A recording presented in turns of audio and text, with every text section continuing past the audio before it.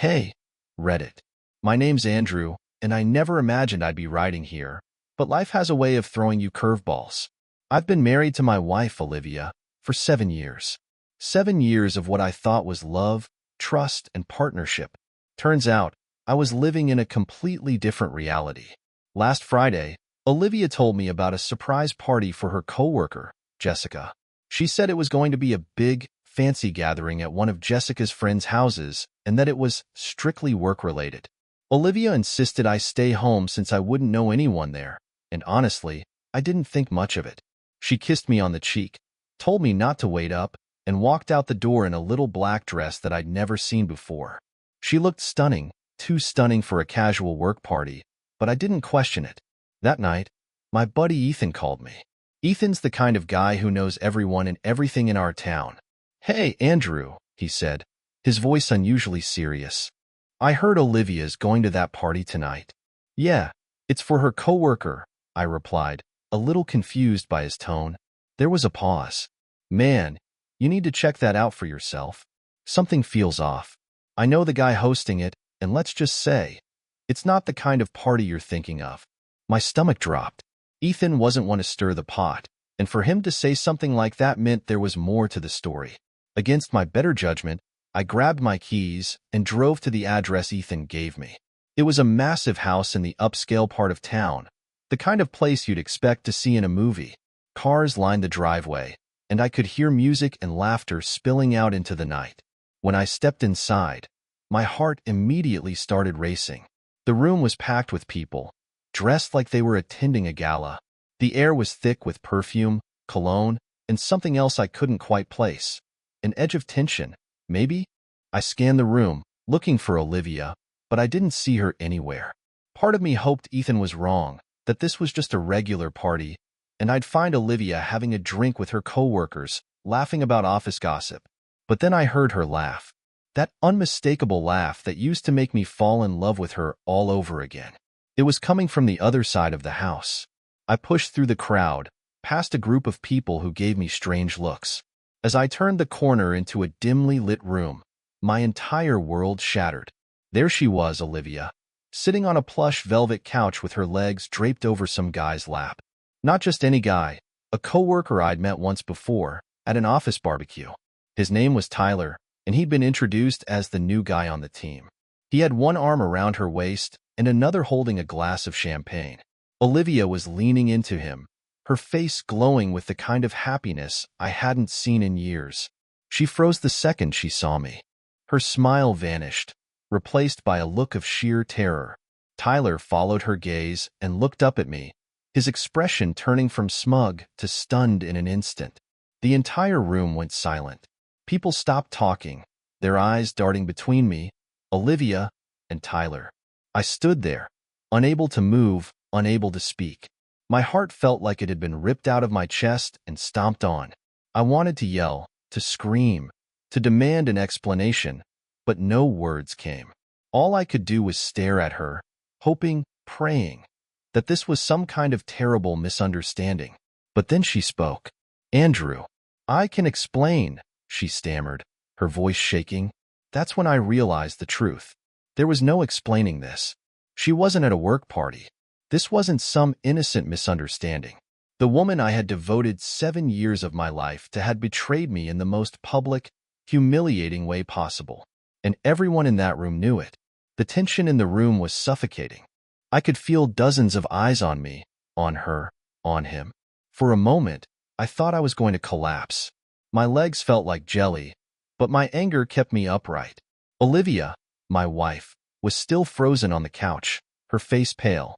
Tyler had shifted uncomfortably, clearly realizing this wasn't just some random guy catching his girlfriend in the act.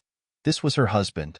I took a deep breath, trying to calm the storm raging inside me. "Explain?" I said, my voice low but steady. "Go ahead, Olivia. Explain why my wife is draped over some guy like this at a work party. I'm all ears." She stood up abruptly, smoothing out her dress like that would somehow fix everything. "Andrew, please. It's not what it looks like," she said, her voice trembling. "Not what it looks like?" I repeated, my voice rising. "You're sitting here with him, I pointed at Tyler, who flinched. And you're telling me this isn't what it looks like? Then what is it, Olivia? What kind of work requires this? At that moment, someone in the back of the room snickered. The sound hit me like a slap, and I realized how many people were enjoying the spectacle. My humiliation was their entertainment. It made my blood boil. Tyler finally spoke, his voice annoyingly calm. Hey man, let's not make a scene. This isn't what you think. I cut him off. Don't you dare, hey, man me, I snapped, stepping closer to him. You don't get to talk. I don't know who the hell you think you are, but you're nothing to me. He raised his hands defensively, but I wasn't done. You knew she was married, didn't you? Don't play dumb. You knew, and you did this anyway. So don't stand there pretending like you're innocent. Olivia grabbed my arm, her voice frantic. Andrew, stop. You're embarrassing yourself. Those words. Embarrassing yourself. As if I was the one who had done something wrong. As if I was the problem in this situation. I yanked my arm away from her, the disgust clear on my face. I'm embarrassing myself? I said, my voice dripping with disbelief. No, Olivia. You embarrassed me the second you walked into this house and decided to throw away everything we had for this. I gestured toward Tyler, who was now looking like he wished he could disappear into the couch cushions. The crowd was silent again, their whispers from earlier replaced by a stunned stillness. I could feel the weight of their stares, the judgment, the pity, but I didn't care. My focus was entirely on Olivia. She looked like she was about to cry, but I couldn't bring myself to feel sorry for her. Not after what I'd just seen. You owe me the truth, I said, my voice quieter now but no less firm. How long, Olivia? How long has this been going on? She opened her mouth, closed it, then looked down at the floor. That told me everything I needed to know. You can't even say it, can you?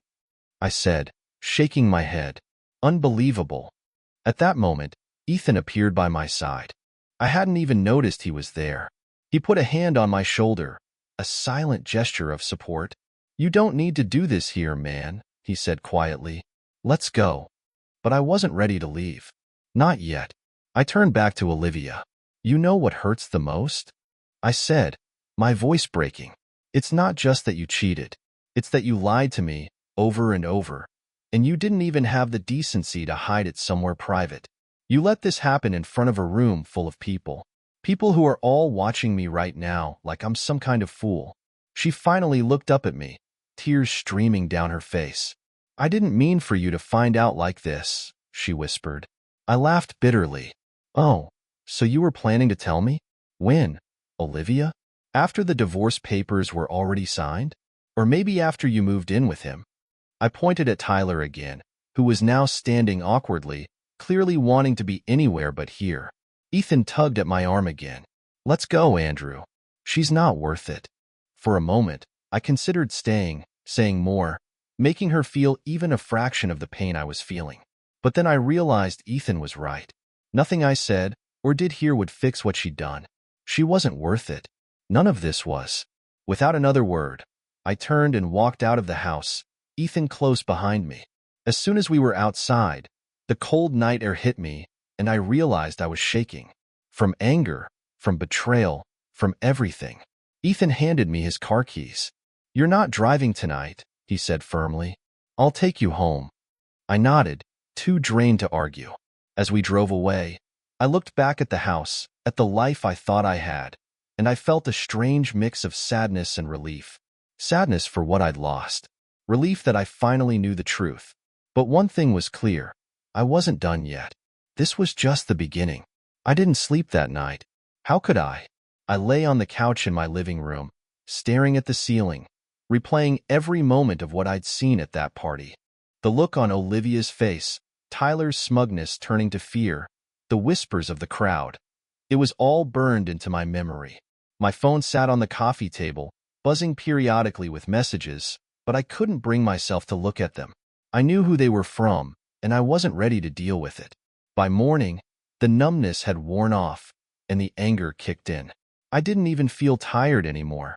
I felt charged, like a live wire ready to snap. I walked into the kitchen, made a pot of coffee, and sat at the table, staring at the steam rising from the cup. My mind was racing. What was I supposed to do now? Divorce seemed like the obvious answer, but even thinking about it made my stomach churn.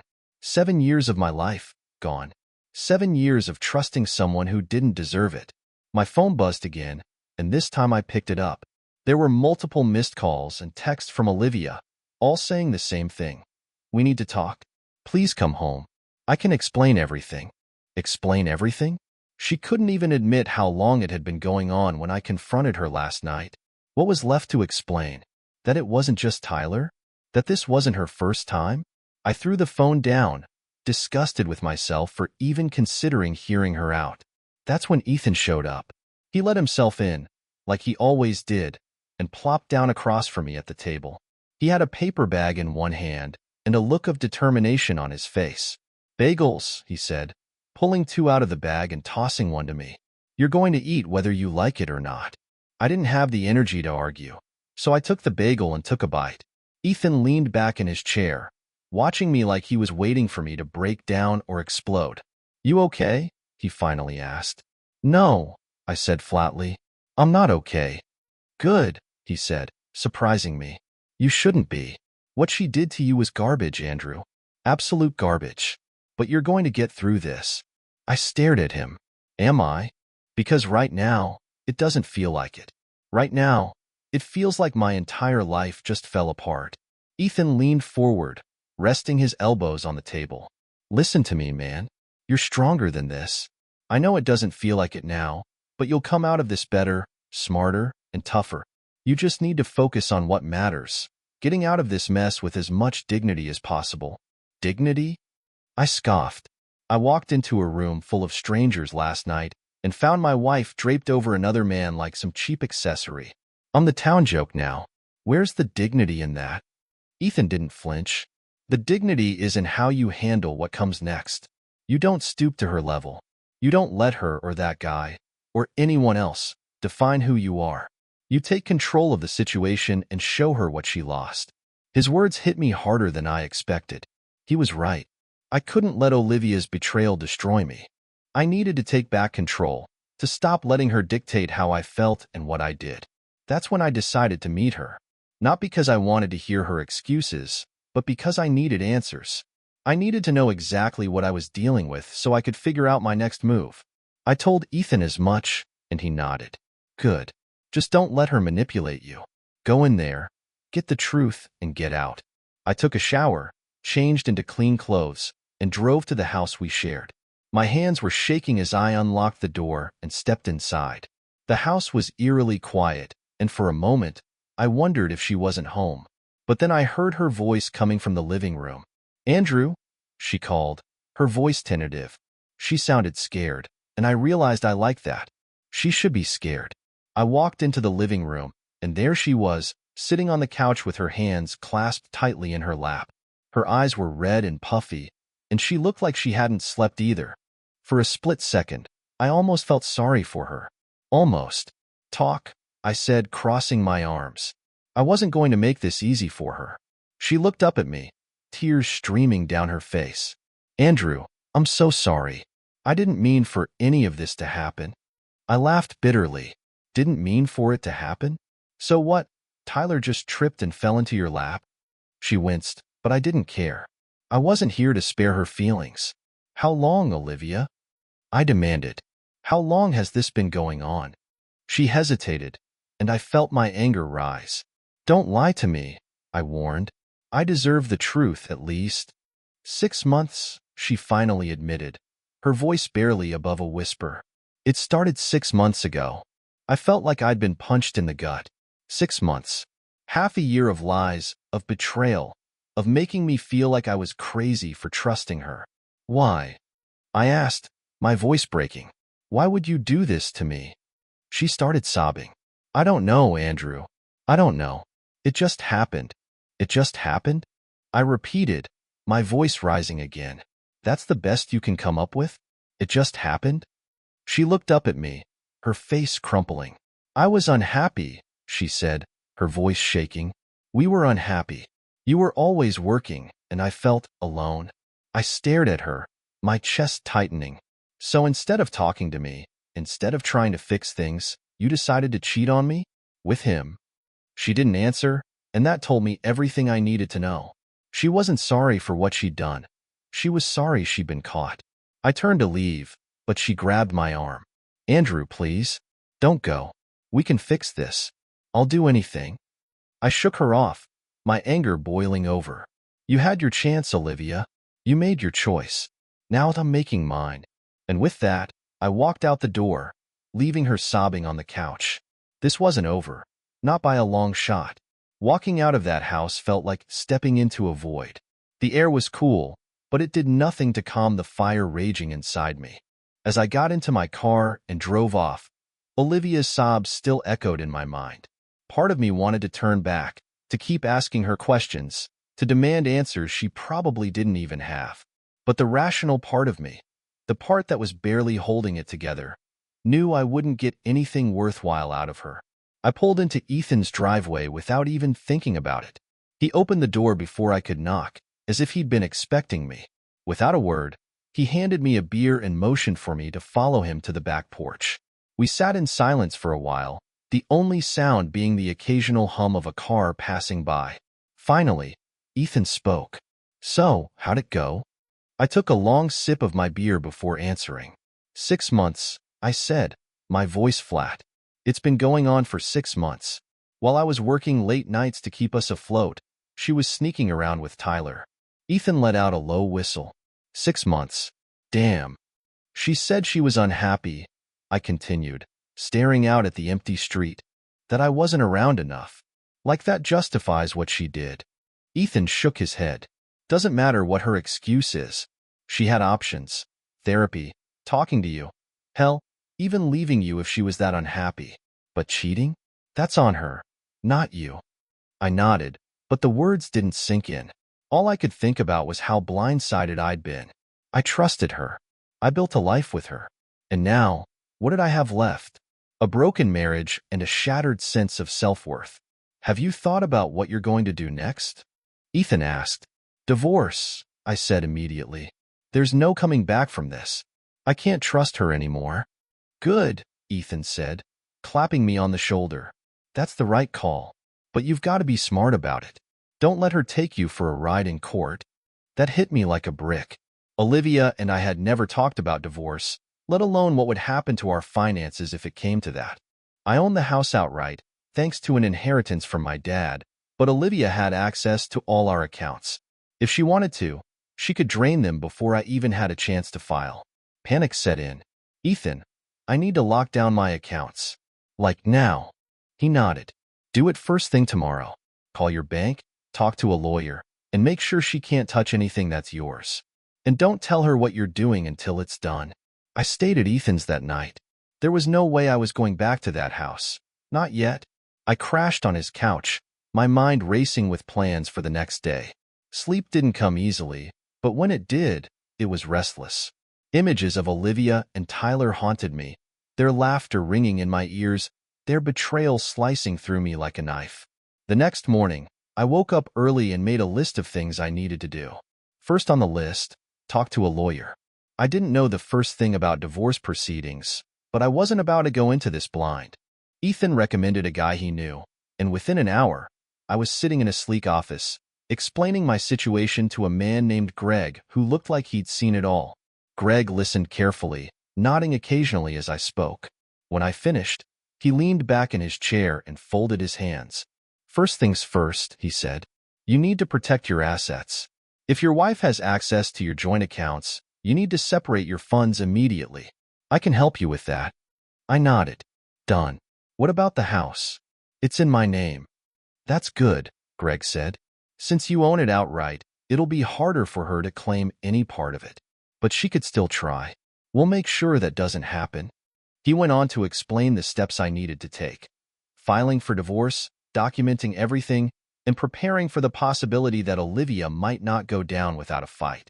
It was overwhelming, but for the first time since this nightmare began, I felt like I had some control over the situation. After the meeting, I went straight to the bank and opened a new account. I transferred my savings and the funds from our joint account into it, leaving just enough behind to cover Olivia's immediate expenses. It wasn't petty. I wasn't trying to leave her stranded, but I wasn't about to let her take everything either. By the time I got back to Ethan's, I was mentally and emotionally drained, but I felt lighter, like I was finally taking steps to move forward, even if it was just inch by inch. That evening, Olivia called me again. I stared at the screen for a long time before finally answering. "What do you want, Olivia?" "I want to talk," she said, her voice thick with emotion. "I want to fix this, Andrew." "There's nothing to fix," I said coldly. "You made your choice, and now I'm making mine." "Please," she begged. "Can't we at least try counseling? I'll do whatever it takes." I laughed bitterly. "Counseling? That's rich, coming from you. You didn't care about our marriage when you were sneaking around with Tyler. Why should I care about it now?" She started crying, but I didn't feel sorry for her. Not anymore. "I'm filing for divorce," I said firmly. "You'll hear from my lawyer soon." "Andrew, don't do this," she pleaded. "I love you." I hung up without responding. If she loved me, she wouldn't have betrayed me. It was as simple as that. As I sat on Ethan's porch that night, watching the sun set, I felt a strange sense of clarity. This wasn't how I wanted my life to turn out, but it was the reality I had to face. Olivia had broken my trust, and there was no coming back from that. All I could do now was pick up the pieces and start over. But as I sat there, one thought nagged at me: Tyler. He wasn't off the hook. Not by a long shot.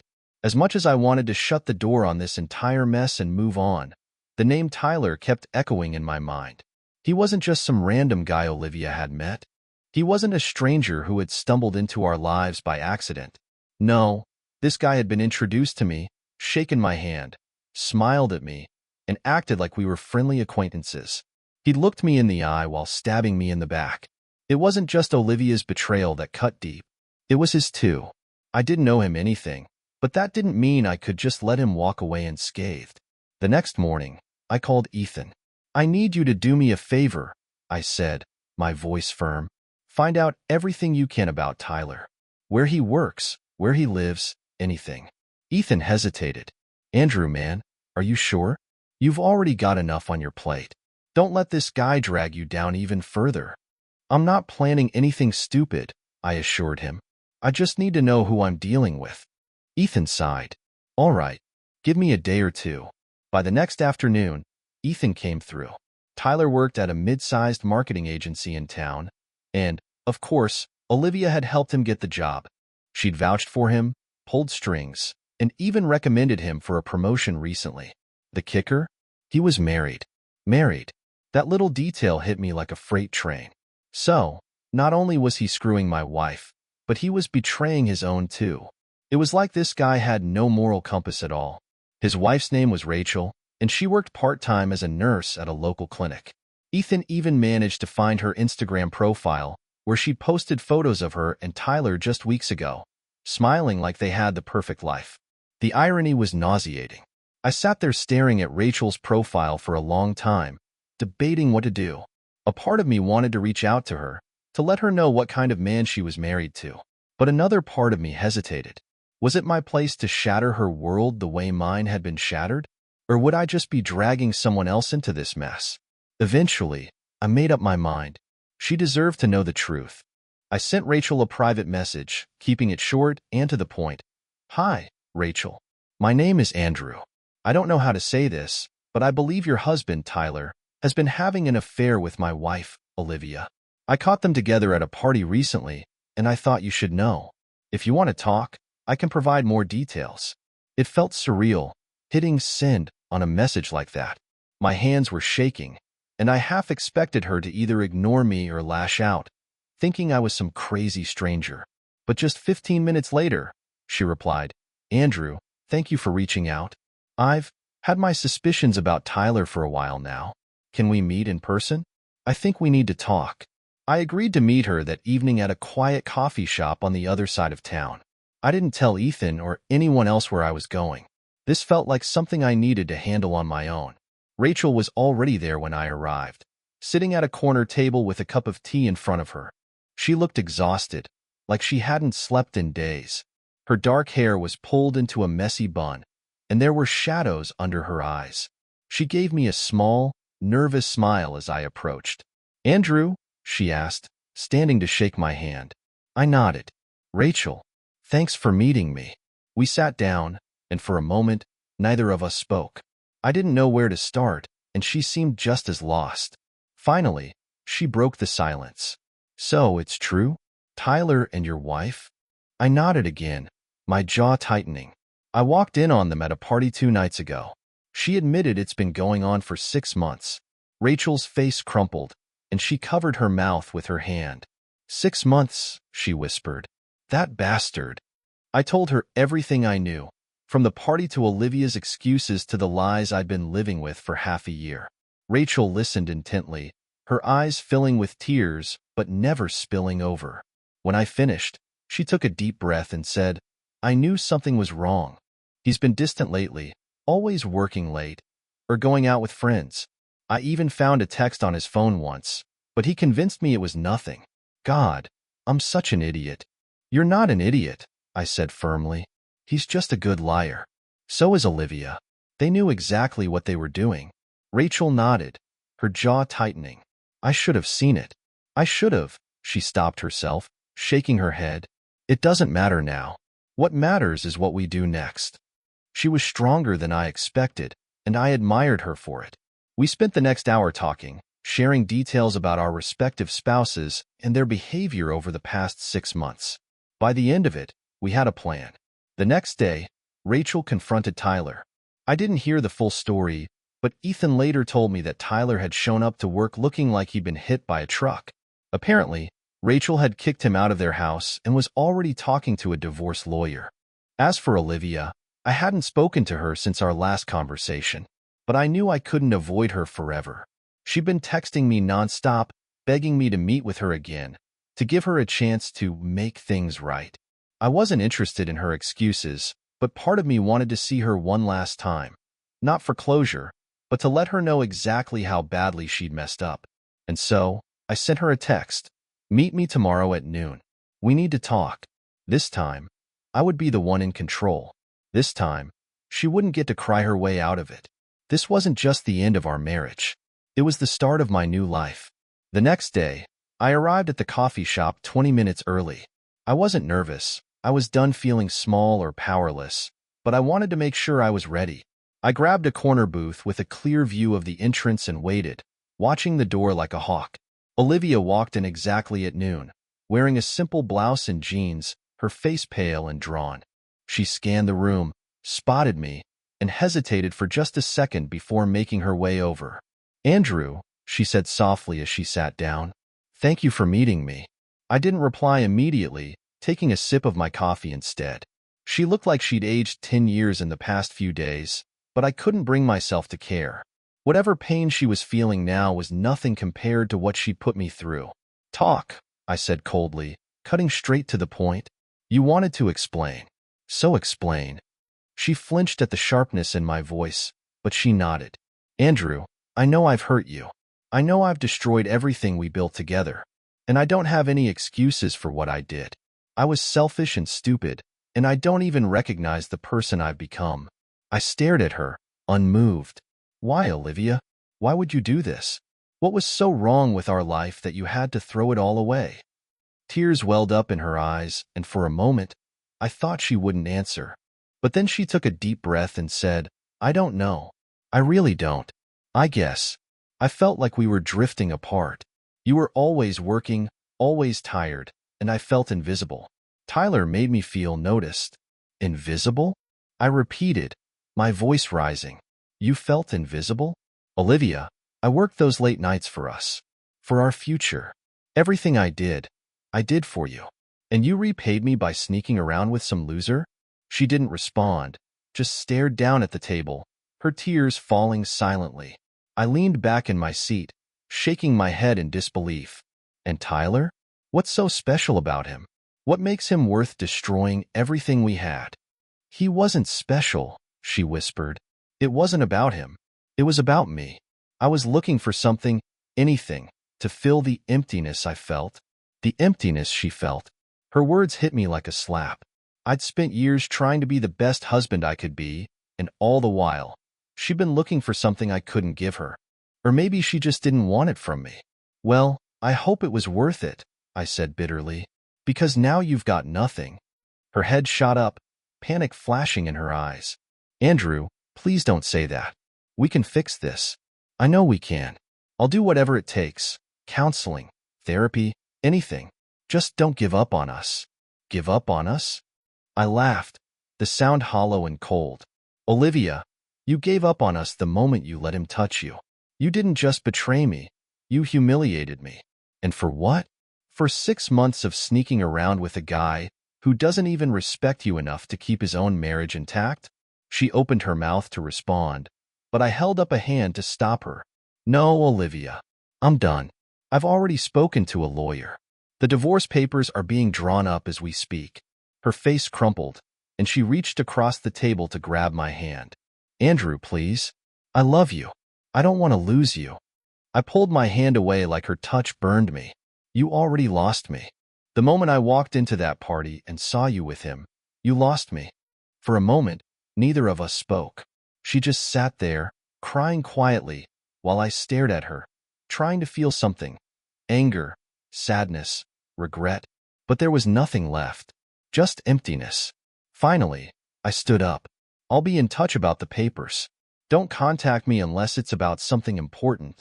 We're done. Andrew, wait. But I didn't wait. I walked out of that coffee shop without looking back, leaving her sitting there with her tears and her regrets. The days following that meeting were a blur of paperwork, phone calls, and emotional exhaustion. But with every step, I felt a little lighter, a little closer to reclaiming my life. I filed for divorce, locked down my finances, and started making plans to move out of the house we'd shared. It wasn't easy, nothing about this was, but it was necessary. Ethan checked in on me constantly, dragging me out of the house when I started spiraling into my own head. You need to start living again, man, he said one night over beers. Go out, meet people, do something for yourself. I wasn't ready for dating, not even close, but I took his advice in small steps. I started hitting the gym again, something I hadn't done in years. I picked up old hobbies, like hiking and photography, that had fallen by the wayside. Slowly but surely, I started to feel like myself again. One afternoon, I got a message from Rachel. We hadn't spoken since that night at the coffee shop, but she wanted to let me know that she'd officially filed for divorce from Tyler. She thanked me for being honest with her and said she was focusing on rebuilding her life, just like I was. It felt good to know I wasn't alone in this, that someone else understood what I was going through. A few weeks later, I got a call from Olivia. Against my better judgment, I answered. What do you want, Olivia? I asked, my tone weary. I wanted to apologize, she said.